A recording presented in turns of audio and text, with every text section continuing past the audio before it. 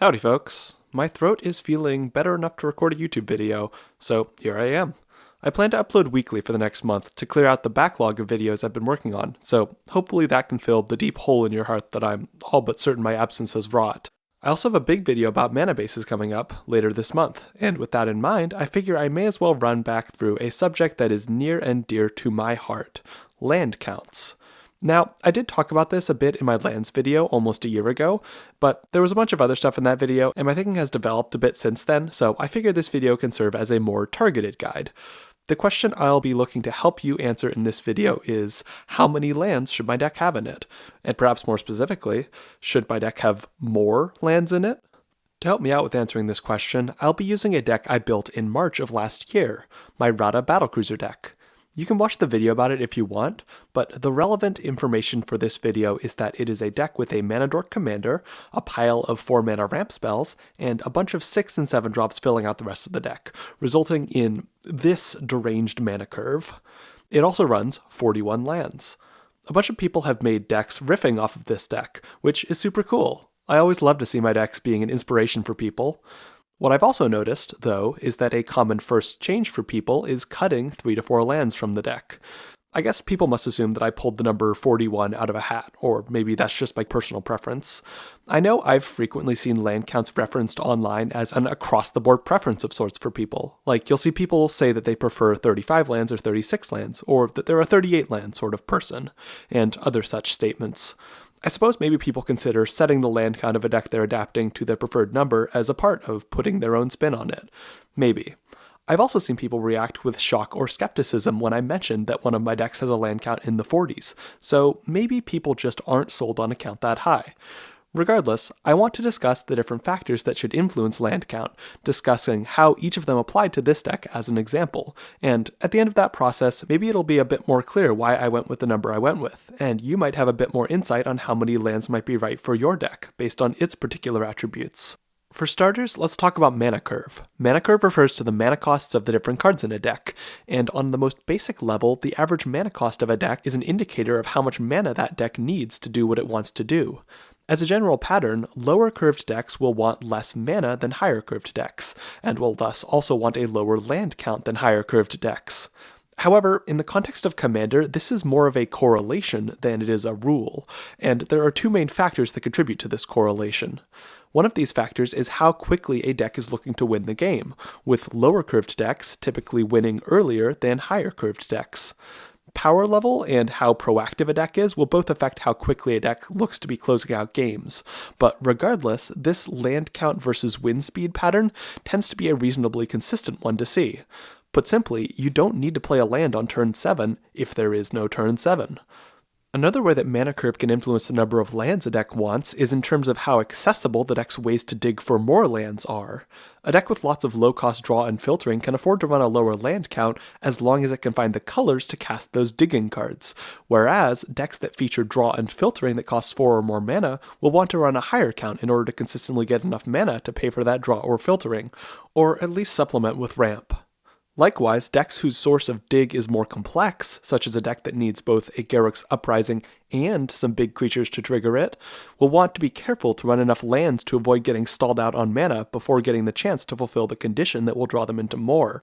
Most of my reasoning so far has been in terms of how low a land count a deck can afford to run, but it's also useful to think about the question of mana curve in terms of how high a count a deck can afford to run. More complex or mana-expensive forms of draw also typically draw more cards, and if a deck has a lot of heavy-duty draw, such as a green deck running a number of cards that draw cards equal to a creature's power, it can be possible to run a quite high land count without really feeling negative impacts from it. What happens if you draw 10 cards and then end the turn with a hand containing 6 lands and 8 non-land cards? You discard 4 or 5 lands, that's what. When a deck can readily access powerful draw that is a bit mana expensive, running a higher land count is often an all-around win. Either you haven't gotten enough mana to play the draw yet, in which case a high land count helps you have a higher chance of getting there, or you have played the draw, in which case you're churning through enough cards to render that slightly increased land density negligible. What this relates to really is how good a deck is at spending its mana. Let's think about what we're worried about when adding more lands to a deck. It's flooding, right? We're worried that we'll draw a bunch of lands, and instead of having cool, impactful plays to make, we'll be stuck sitting around with a handful of lands. This is a valid concern, and one way to mitigate it is to run fewer lands, but another way is to make sure that your deck is consistently able to churn through excesses of mana. Having a higher curve alone will provide some insulation against getting flooded, since playing a 6-drop is twice as card efficient as playing 2 3-drops. This doesn't necessarily mean that you should pump up your curve to avoid getting flooded, but it does mean that drawing a lot of lands will be more problematic for some decks than others. As far as tools to reduce flooding go, the sort of big draw I mentioned earlier is a fantastic way to improve a deck's ability to spend mana, and there are a few different options here. Decks can run a lot of it, decks can run less of it and run filtering or tutors to find their way to it, and decks can also just put it in the command zone. There are also other ways to improve ability to spend mana. MDFCs can be nice non-land plays if a land isn't needed, and there are also impactful mana sinks like X-Cost and multi-use activated abilities. Utility lands can be another great way to avoid running out of gas as long as their abilities are relevant to a deck's goals. So to pivot over to our example for this video, how does my Rata deck do on these criteria that I've mentioned? In terms of mana curve, it has a horrendously high average non-land card cost of 5.33, and nothing below 4 mana in the 99. Its cheapest ways to dig for additional mana are some draw effects at 4 mana that require additional game actions to actually begin drawing, and I guess some cascade cards on 5 mana. You could say that the deck's ramp helps it out in terms of getting lands, but this deck would much rather ramp and hit its land drops. Each land is effectively worth 2 mana, meaning that every land drop that this deck needs to ramp out rather than playing normally bears an expensive opportunity cost. I bumped the land count from 40 up to 41 specifically because I had too many games where I was having precisely this experience, effectively paying mana for land drops that I could be making for free normally. Okay, so high curved and a high threshold to dig for more lands. These features tell me that a low land count would be tricky to pull off with this deck. But what about its ability to spend mana in effective ways? For one, the high curve alone gives the deck a nice boost in maintaining cards in hand. It just can't play cards very fast early in the game, so its hand size stays big for a while into the game, even as it's spending similar amounts of mana per turn as the rest of the table, and sometimes more. In addition, though the number of draw spells in the deck isn't wildly high, like 9 or 10 if I'm being generous about what I consider draw, the deck sees a ton of cards due to the amount of cascade in it, and the fact that several of the draw spells cost 4 mana means that they pop up reasonably often due to the nature of the mechanic. Finally, I play a handful of mana sinks, such as Captivating Crew, for the situations when the deck has an absurd amount of mana, but is low on places to put it, and I also have a Panglacial Worm for when I top deck a ramp spell, and would quite like a worm to go along with it. With all of these tools for spending mana, I rarely feel flooded with this deck even though the deck runs 41 lands. So that covers the biggest factors that influence a deck's land count, but let's talk about a handful of others that can come into play in certain decks. For one, the power of mulligans. You can watch my mulligan video if you want a full rundown of this topic, but the basic gist goes something like this. Depending on how they're built, decks will use their mulligans to find some things more than others.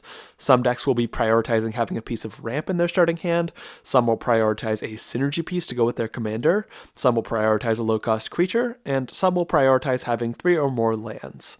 In a probabilistic sense, this is kind of a zero-sum activity. You can only use your mulligans to hunt for so many things, and if you stretch yourself thin on this front, you might find yourself dropping down to 5-card hands more often than you'd like. What's good to keep in mind, then, is that running a land count closer to your ideal land proportion in your opening hand gives you more wiggle room to use your mulligans to hunt for non-land cards, and 42 is the number of lands in a deck that offers the highest chance for a 3-land hand. My Rata deck wants a piece of ramp every game without exception, a fairly stringent goal for non-land cards, so running a land count close to this 3-land proportion means more 3 to 4 land hands and more ability to aggressively mulligan for ramp. Your deck may be more flexible in what non-land cards it wants in its starting hand, in which case a lower land density and a focus on mulliganing for lands may be a more worthwhile plan, but it's good to consider the trade-offs regardless. Another reason somebody might want to run a higher land count is that it can allow a deck to have extra lands in hand more of the time. An obvious application of this is extra land play cards. These are often some of the most efficient ramp spells out there, but being able to take full advantage of them requires running a land count high enough to have extra lands in hand. A less obvious application is that a higher land count gives a player greater control on the timing of when certain lands are played. A 32 land deck will often need to play a Bojuka Bog on curve in order to not miss a land drop, and this may end up greatly reducing the effectiveness of the card's ETB. The same goes for Mystic Sanctuary, Mortuary Mire, and Talon Gates of Madara. Getting substantial utility out of these lands without missing a land drop gets easier the more lands a deck runs. Finally, let's talk about one reason a deck might want fewer lands. Some decks care about what's on top of their deck more than others, an attribute that I like to call the Krip Coefficient. An example of a deck with a high Krip Coefficient would be a conventional build of a commander such as Joyra, Witherlight Captain. Most Joyra decks run lots of low-cost artifacts, often alongside cost reducers, and then seek to cast a ton of artifact spells in a single turn. This is a playstyle that draws lots of cards one at a time and wants drawn cards to be either an artifact or an artifact payoff card, and as a result, these decks will generally want to run as few lands as they can get away with. Storm decks, as many Joyra decks might be considered, care more about the top of their library than just about any other type of deck, and will thus usually try to run a very low land count. A lot of Enchantress and Spellslinger decks will also rank highly on the Krip Coefficient, wanting to run as many of their respective card types as possible. Even my Shroomslide deck could fit into this mold to some extent with its relationship with cycling cards, though the existence of cycling lands and land cycling cards makes its relationship with lands quite different than these other decks. The biggest factor here is that these are high-velocity decks that churn through cards at a fast rate, and also decks that run lots of low-cost cards. On the other end of things, you've got decks with larger scale draw, particularly ones that have lots of high-cost cards. My Rada deck is more on this end of things. It runs a couple cards that draw cards one at a time, like Beast Whisperer and Soul of the Harvest, but outside of top deck situations with these in play, it doesn't care too much about what percentage of lands it draws. So that's how I came to the land count in this particular deck. Very high average mana cost, high threshold to access draw, strong ability to spend mana and maintain cards in hand, and a need to mulligan aggressively for ramp rather than for lands. You can follow a process for this, like I did in this video, and I'm showing a checklist on screen right now that you can screenshot if you like, though this is a rather crude summary that shouldn't be treated as gospel for every deck. I should also note that though I position 35 to 37 as a moderate count, with the number of MDFCs and utility lands that we have these days, I'd guess that the median casual EDH deck would actually be best served by a land count of somewhere around 38. You can even use a formula like that suggested by Frank Karsten if you really want to be handed an exact number. However, both that and the guidelines I've suggested can only give an initial estimate, and after that, it's a matter of testing.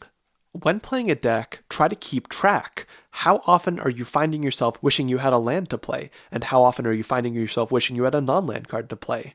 Importantly, pay attention to the lesser cases of these, not just the mega floods and the mega screws. I've seen players consistently miss land drops over the course of several games before hitting a 1 in 20 game flood and taking it as a cue to cut lands. If both land shortages and non-land shortages are happening, is it possible to inject some additional ways to keep cards in hand into the deck rather than cutting lands? Cut out deadweight cards that aren't improving your deck's ability to maintain a fluid game plan to give you more space to work with, or replace some combination of ramp, draw, and removal with versions that are more concentrated, if you can afford to without making your deck too clunky. Adding an MDFC or a utility land can also be a great way to improve the feel of your deck's card mana balance, to allow the deck to hit the same number of land drops, but have more ways to spend mana, or give an additional land drop while maintaining a slot as a way to spend mana, depending on what's being cut. Modern Horizons 3 had both a lot of great MDFCs and a cycle of pretty lovely utility lands, and in the post-MH3 landscape, I truly don't understand people who are clinging on to low to mid-30s land counts for their conventionally curved mid-range EDH decks. Add lands. They let you cast spells. There's also the question of how to navigate colors in your lands, but that's a question for another day. Thanks for watching, and thanks to Architect for supporting the channel. Remember how I mentioned how land counts affect mulligans? With Architect, there's a hypergeometric calculator a short scroll away that gives you an immediate sense of how likely you are to draw various numbers of different card types. Pretty dang cool if you ask me. I'd also like to thank my lovely patrons, who are on screen now. I just opened up submissions for my deck review for this month, and if you want a chance to get your deck reviewed by me, you can sign up for my Patreon today for $3 a month. Alright, bye.